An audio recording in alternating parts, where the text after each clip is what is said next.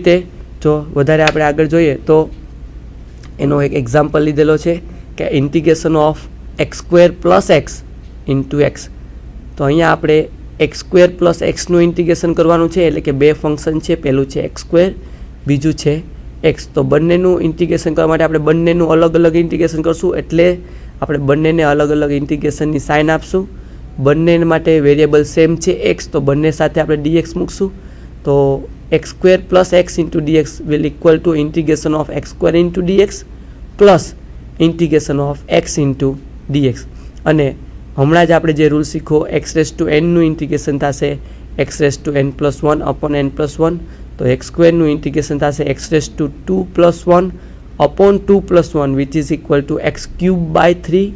And for the second part, here n is equal to 1, so integration of x raised to 1 which is equal to x raised to 1 plus 1 upon 1 plus 1, that is equal to x square by 2, and we have here plus c as a arbitrary constant. So idea, the answer of this example is integration of x square plus x into dx is equal to x cube by 3 plus x square by 2 plus c.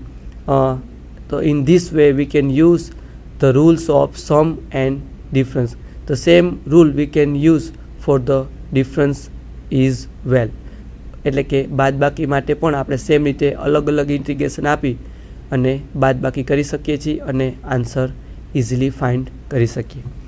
Okay, તો next rule છે એ છે constant multiple rule. એટલે કે કોઈ પણ ફંક્શનના મલ્ટિપ્લિકેશનમાં જો કોઈ કોન્સ્ટન્ટ રહેલો હોય અને એનું આપણે ઇન્ટિગ્રેશન કરવું હોય તો કોન્સ્ટન્ટ છે એને આપણે ઇન્ટિગ્રેશનની સાઇનની બારે મૂકી શકીએ છીએ, કેમ કે કોન્સ્ટન્ટ ઉપર ઇન્ટિગ્રેશન કોઈ પણ પ્રકારની અસર કરશે નહીં. અહીંયા છે integration of K F of x DX. અહીંયા કે છે કોઈ કોન્સ્ટન્ટ છે, so the answer is equal to K integration F of x DX. એટલે કે કેને આપણે ઇન્ટિગ્રેશનની બારે મૂકી શકીએ છીએ અને આન્સર થશે કે integration of f of x dx. તો એના માટે જો આપણે કોઈ એક્ઝામ્પલ જોઈએ તો અહીંયા એક્ઝામ્પલ છે integration of 2x cube dx. Okay, so here we know the integration of x cube, but here in the multiplication of x cube there is 2, so 2 is a constant, so we can put 2 outside of integration. So 2 integration x cube dx, and then we all know how to integrate x cube with respect to x. Here n is equal to 3, so integration of x cube is equal to x raised to 3 plus 1 upon 3 plus 1, which is equal to x raised to 4 by 4. Okay, and here we have 2 outside of integration, so 2x raised to 4 upon 4 plus c. So after all our answer is x raised to 4 by 2 plus c. This is the idea of constant multiple rule. Okay, next. સો નાવ થોડા આગળ જઈએ તો આપણે આ બધા રૂલ્સનો એકસાથે use કરીને જો કોઈ એક્ઝામ્પલ સોલ્વ કરવું હોય તો એ એક્ઝામ્પલ કઈ રીતે સોલ્વ કરવું એના માટે મેં એક નાનકડો એક્ઝામ્પલ લીધેલો છે. ક્વેશ્ચન છે find the indefinite integral of integration 3 e raise to u minus 7 by u plus 2u square minus 6 with respect to u.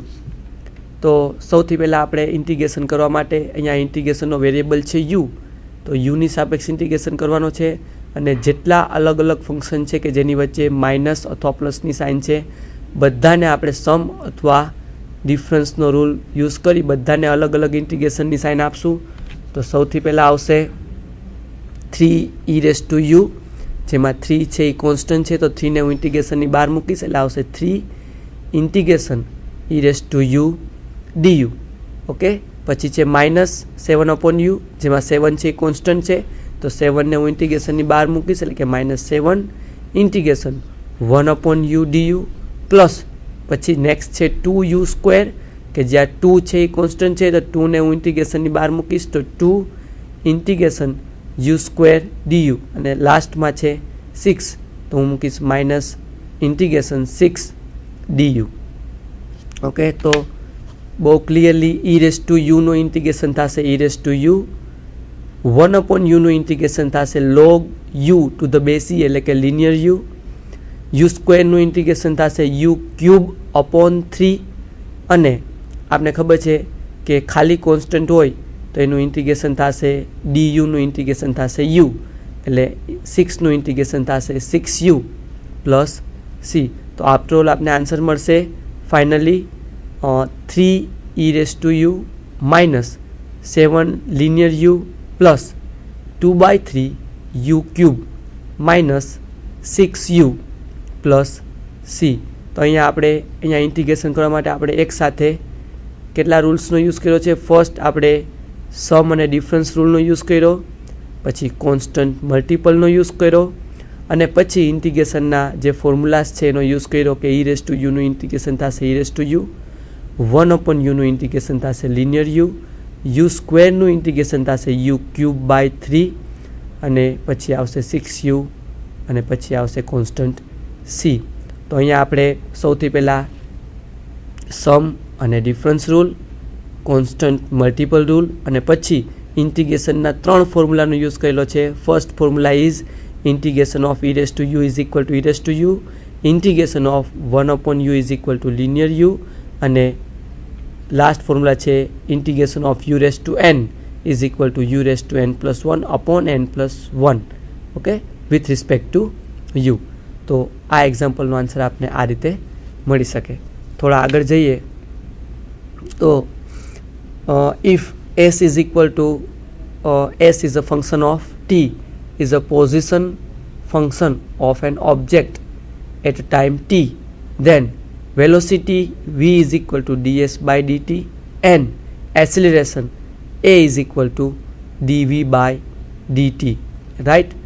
એટલે આપણે ઓલરેડી ડિફરન્સિએશનમાં શીખેલા છીએ કે s છે કોઈ ફંક્શનનો પોઝિશન ફંક્શન હોય to the respect to time t, then velocity v is equal to ds by dt and acceleration a is equal to dv by dt. So in the integral form, if we have the velocity, then we quickly find the s from the v, and we can find, if we have the acceleration a, then we can easily find v by integrating a with respect to t. So if we have the velocity v is given, then by integrating v with respect to t, we will directly get s, and if we have given acceleration, then by integrating acceleration a with respect to t, we will quickly get the velocity of the at the time t. Okay, so in this way we can also use the integration. Okay, next, these are the list of some formulas for integration. If we quickly look at these formulas, then integration of k dx is equal to kx plus c, as we have discussed. Integration of x raised to n is equal to x raised to n plus 1 upon n plus 1. We have also discussed integration of e⁻x is equal to e⁻x plus c. Integration of sin x is equal to minus cos x. Why minus cos x? We know that the differentiation of cos x is equal to minus sin x. So antiderivative of sin x is equal to minus cos x, or in other words I can say that integration of sin x is equal to minus cos x plus c. અહીંયા એક વસ્તુ બધા વિદ્યાર્થીઓ ખાસ ધ્યાન રાખશે કે ઇન્ટિગ્રેશનના formula અલગથી યાદ રાખવા જરૂરી નથી. જો તમને ડિફરન્સિએશનના ફોર્મ્યુલા આવડતા હશે તો તમે ઇઝીલી ઇન્ટિગ્રેશનના ફોર્મ્યુલા યાદ રાખી શકો છો.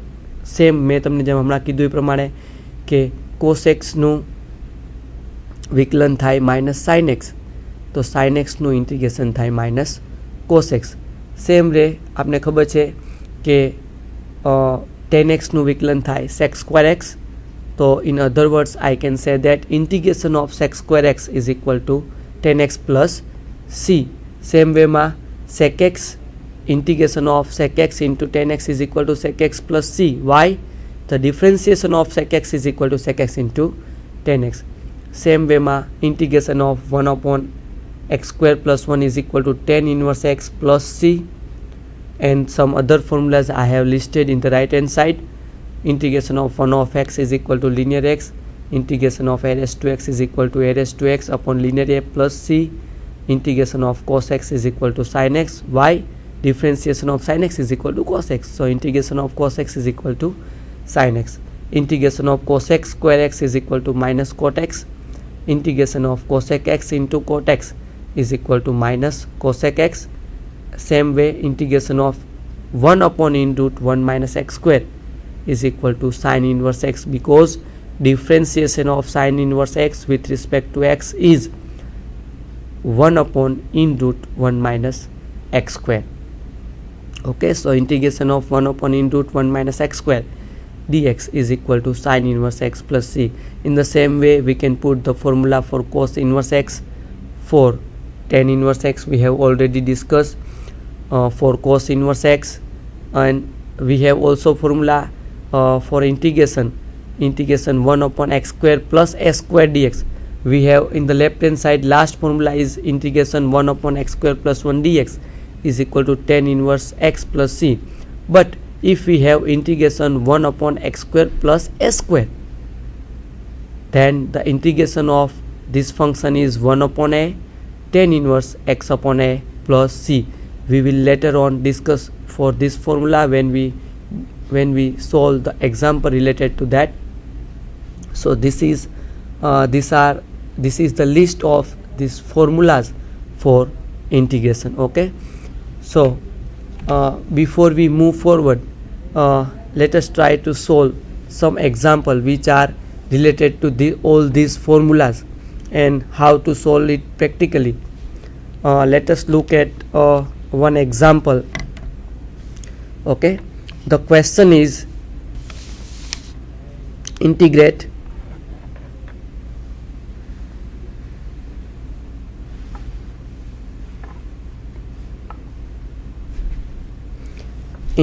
x square plus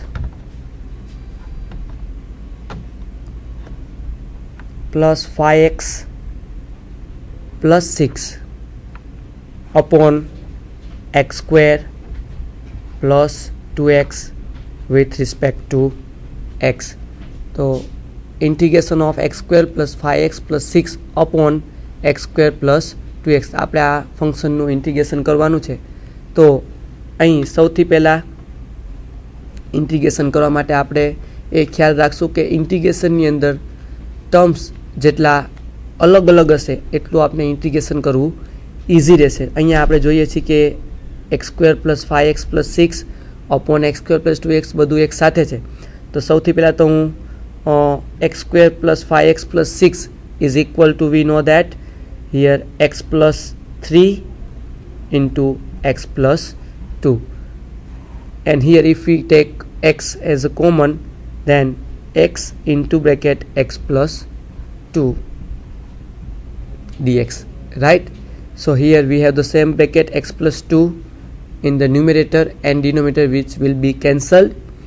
તો અહીંયા x plus 2 cancel થશે. તો after all આપણી પાસે વધશે x plus 3 upon x into dx. તો આપણે સૌથી પહેલાં તો શું કરેલું તો કે ફેક્ટરાઇઝેશનનો યુઝ કરી અને ઇન્ટિગ્રેશનમાં જે ફંક્શન છે ને થોડું સિમ્પલર ફોર્મમાં કન્વર્ટ કરેલું છે. હજી પણ આને થોડું સિમ્પલ ફોર્મમાં કન્વર્ટ કરીએ તો અહીંયા જે ડિનોમિનેટરમાં જે x છે એને આપણે સેપરેટ x અને 3ને સેપરેટલી આપી શકીએ. તો આપણે અહીં મળશે is equal to integration x upon x into dx plus integration 3 upon x dx, right? So after we will get integration 1 dx plus 3 is a constant, so we will put it outside. So here 3 integration 1 upon x dx. So we know that integration of k is equal integration of 1 is equal to x. So here we will get x integration of 1 is equal to x plus 3 integration of 1 upon x dx is equal to, એટલે કે આપણે હમણાં જ formula જોયો કે 1 upon x નું integration થશે linear x, okay, અથવા તો log x to the basis. તો અહીંયા આન્સર આવશે log x to the base E અને પ્લસ C. તો આ આપણો આન્સર થશે. શું કર્યું ફરી પાછું થોડું રિવિઝન કરીએ તો સૌ પ્રથમ મેં જે ફંક્શનનું ફોર્મેટ છે ને ઇઝી ફોર્મેટમાં કન્વર્ટ કર્યું. તો અહીંયા આનો જે ન્યુમિરેટરનો પાર્ટ છે એનો આન્સર આવશે x+3 into x+2. ડિનોમિનેટરના પાર્ટમાંથી x common લઈશ તો આવશે x ઇન્ટુ બ્રેકેટ x+2. તો કેન્સલેશન કરીશ એટલે મને આન્સર આવશે x+3/x. અને જો ડિનોમિનેટરને હું સેપરેટલી આપીશ તો આવશે integration of 1 dx plus 3 integration of 1/x dx. એટલે કે અહીંયા આપણે સમ રૂલનો યુઝ કરેલો છે, બંનેને અલગ અલગ સમેશન આપેલો છે અને પછી કોન્સ્ટન્ટ છે એને આપણે ઇન્ટિગ્રેશનની બહાર મૂકેલો એટલે કે કોન્સ્ટન્ટ મલ્ટિપલનો પણ યુઝ કરેલો છે. અને પછી ઇન્ટિગ્રેશનના ફોર્મ્યુલાનો યુઝ કરશું એટલે આવશે integration of 1 is equal two x and 3 1/x નું ઇન્ટિગ્રેશન થશે log x two the base e plus c. તો આ રીતે આપણે ઇન્ટિગ્રેશનનો એક્ઝામ્પલ સોલ્વ કરી શકીએ. સેકન્ડ જો કોઈ બીજો એક એક્ઝામ્પલ લઈએ તો આપણે વધારે આઈડિયા આવશે. ફોર એક્ઝામ્પલ ક્વેશ્ચન છે integration dx upon 9 plus 4x². તો અહીંયા આપણે 1/9 પ્લસ 4x² એક્સની સાપેક્ષ ઇન્ટિગ્રેશન કરવાનું છે. તો આપણી પાસે એક ફોર્મ્યુલા છે કે જેનો આપણે યુઝ કરવા જઈએ છીએ. અહીંયા આપણે લખશું કે we know that integration of 1/x² plus a² into dx is equal to 1/a tan inverse x/a plus c. એટલે કે જો ઇન્ટિગ્રેશનની અંદર x² પ્લસ કોઈ કોન્સ્ટન્ટનો સ્ક્વેર હોય તો એનો આન્સર આવશે 1/a tan inverse x/a plus c. જો આપણે આપણા ક્વેશ્ચન ઉપર થોડીક વધારે નજર કરીએ તો અહીંયા x² વાળું ટર્મ છે પણ x² ના મલ્ટિપ્લિકેશનની અંદર પણ 4 છે. જો if V put 4 common outside then we will get, જો આપણે 4 ને કોમન લઈ લે તો આવશે આગળ 1/4. અહીંયા 4 કોમન લેશું એટલે આવશે dx upon 9/4 plus x². Okay, so we will get 1/4